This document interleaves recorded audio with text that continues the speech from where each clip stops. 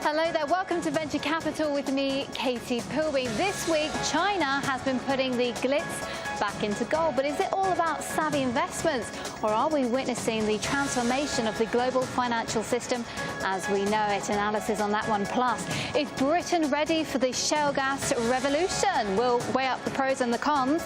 Corporate news to come, as well as checking in with our in-house investor here, Sean Thomas, to find out what he's been working on in terms of the Russian stocks and how his $10,000 is performing. That's all still to come.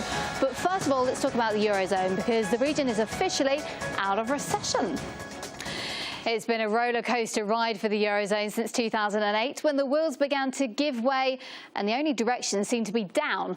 But the mechanics of the system seem to be coming together, well, some parts of it anyway. The region as a whole has grown 0.3% in the second quarter of this year, after enduring 6 months of contraction. Now, in the front row seat is Germany, along with France, as you can see there. But what about the rest of the Eurozone passengers? Well, the likes of Spain and Greece demonstrate that the ride as a whole may not be entirely safe just yet. Now, for more on these latest growth figures, I'm joined by Steen Jacobsen from Saxo Bank. Hi, Steen. Good to have you with us today. Can you tell me, what was your initial reaction to the fact that the Eurozone is now officially out of recession? Well, first of all, of course, it's great news that we are finally seeing some sort of attraction on the growth perspective.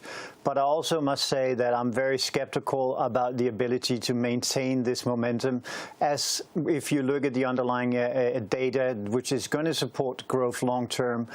Unemployment rate still elevated, lending in the banking sector very limited, and my key issue being that you remain without the SMEs, the 80% of the economy being activated. So skeptical, but happy to see that you're finally having a little bit of a success. I think back in 2008, 2009, if you'd have said to somebody then we'd be having these kind of conversations in 2013, there would have been a real fear factor going on. Having said that, do you see the Eurozone sticking together now?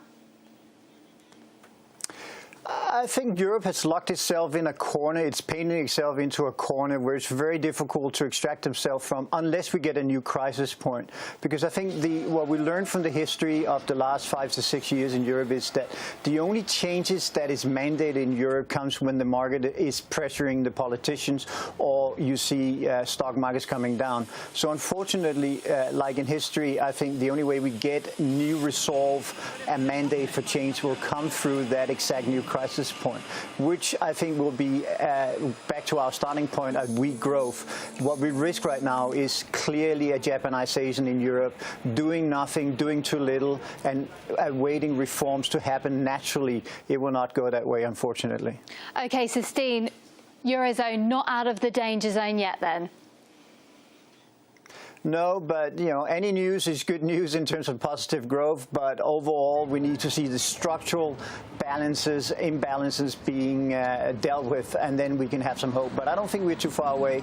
But it's not going to be in 13 and probably not in 14. Right.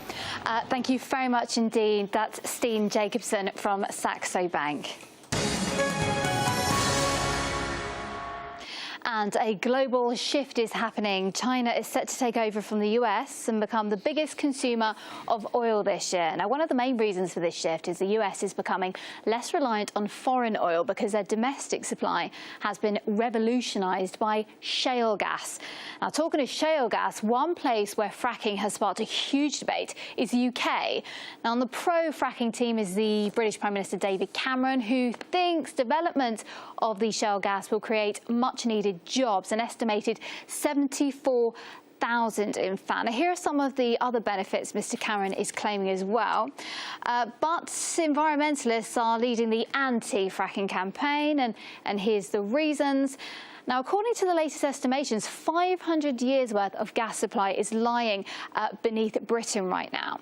So how is shale gas actually extracted then? Well, let's have a look. So the process of fracking involves drilling a hole deep into the dense shale rocks that contain the natural gas, then pumping in at a very high pressure vast quantities of water, air mixed with sand and chemicals, and this opens up these tiny fissures in the rock, now through which the trapped gas can then escape. It bubbles out and is captured and brings it all the way to the surface, and then it's piped out. Now, I asked Chris Weaver, a senior partner with Macro Advisory, whether fracking is the way forward for Britain. Now, as to what impact it will have on the overall economy, of course, is very much the open question.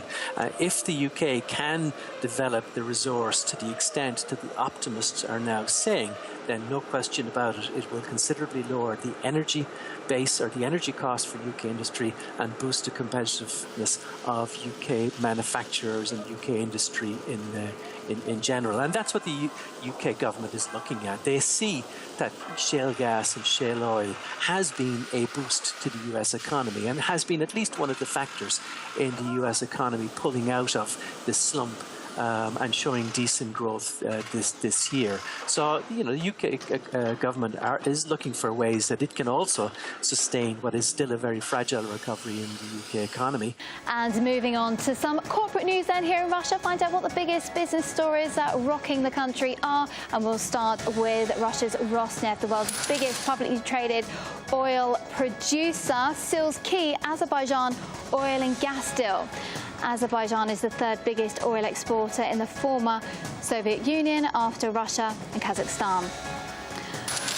Russian billionaire and metals magnate Oleg Deripaska is suing Montenegro for $1 billion over factory closings. PayPal is launching ruble transactions starting from September.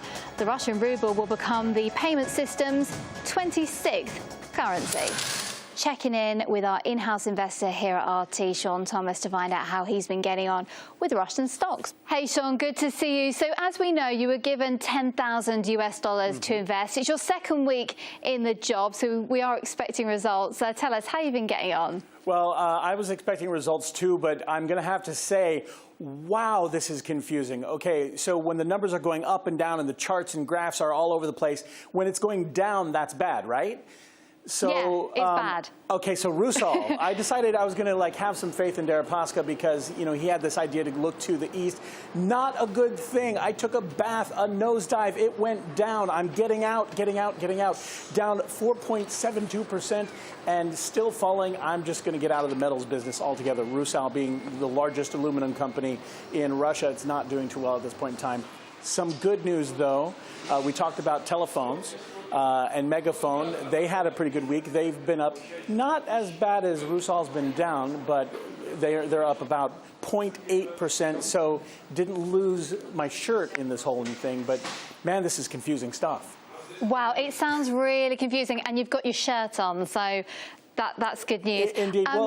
Well, also Rusal, they're actually having some meetings this week to talk about even closing down some of their facilities. So it really is time to get out on that one, as far as I'm concerned. Okay, and what's up your sleeve for next week? All right, so energy, oil. Everyone talks about how Russia is like an energy giant, and this is what they know. So I'm going to try and do some recuperating from this huge Rusal loss. I'm going to go into Gazprom and see what I can do on the oil side of things, because I hear Gazprom is rallying. In fact, they're up 2.4%. So I think I'm going to look to the future and look to the energy stocks this week, Katie. Okay, energy, Gazprom, that's what you're all about. Sean, we'll be checking back with you next week to see what you've been up to. Stay away from metals. You've had a bad run of it, and Megaphone as well, so at least you've got a bit of direction. All right, Sean Thomas, a fully clothed Sean Thomas just there. We'll see you next week. All right, thanks. China has been building up its gold reserves in record numbers in preparation for what some see as a revolution of the global financial system. Now, this current buying spree is fueling speculation that China is preparing to adopt the gold standard. Now, this follows comments made by a member of the People's Bank of China Committee calling for a new system to stabilise global exchange rates. So this is where all the gold is right now. You'll be able to see behind me. And as it stands, the US holds the world's largest gold reserves, but it is suspected that China has up to 10,000 tonnes, surpassing that of the US. So are the dominating days of the US dollar as the all-powerful reserve currency over? Well, I'm going to get some expert analysis right here from Dr. William Wilson from the Skolkovo Business School. So tell me, presuming that China is doing this on purpose, this is why it's buying up all the gold, is this the right decision? Is this the right way forward? Well, we know China's been buying gold in recent years. We don't know how much gold. The Chinese officials have not released any official statistics on it. But we know this. The Chinese have 3.5 trillion in foreign exchange reserves. That's about 50% of their GDP. And they're worried about the value of the dollar, the world's major reserve currency, 5-10 years from now. So they're looking to diversify those massive foreign exchange reserves. And this is probably the primary reason why they're buying gold, have been buying gold in recent years, diversification. And do you think that this all comes from the fact that the US has an absurd amount of debt right now? I mean, we say 16 trillion, but it could be 15 to 100, some estimate. Is that what's fueling this diversification? One of the primary reasons, the U.S. national debt now is $16 trillion and projected to grow quickly over the next few years. Although the dollar remains the world's primary reserve currency, about 80% of the reserve currencies are held in U.S. dollars. But there's a concern, if you look at the Federal Reserve assets, they've tripled in size over the last 3 years. So looking down the road, there's obviously concern among Chinese authorities about a dollar inflation, the dollar eroding in value. And so this is the primary reason for diversification, for buying gold and getting away from the U.S. dollar. And what would this do, again, presuming that they are intending to do this? What would it do for Chinese growth? Yeah. Well, really no impact on Chinese growth. The problem right now, the Chinese have a very tight control on the capital account. There's no... we won't see the Chinese currency, the renminbi, become a reserve currency anytime soon. Right. It may be decades away. The fact is, outside of China, no one uses the Chinese currency. Only the Chinese use it. So they're a long way away from being a reserve currency. Right, OK. Well, what is the US dollar? What is the biggest rival? Does it even have one at the moment? Is there a feasible currency out there to take its place? It's got a modest rival right now, of course, the euro. About 15% to 20% of reserves are held in euros. But given the very acute structural economic problems you see now in the Eurozone, I think the euro's future is very much in doubt. And again, we'll go back to China. Why has China been buying gold? Why are they interested in making their own currency much more powerful, much more internationalized? It's because they don't have a whole lot of trust in the euro. They don't have a whole lot of trust in the U.S. dollar, which is why they're moving as fast as they can to make their own currency more internationalized. Dr. William Wilson, thank you very much indeed for coming into the studio today. And that's it for today's edition of Venture Capital. For more business news, market analysis and exclusive interviews, join me same place, same time and next week. See you then. Goodbye. Oh, we're just gonna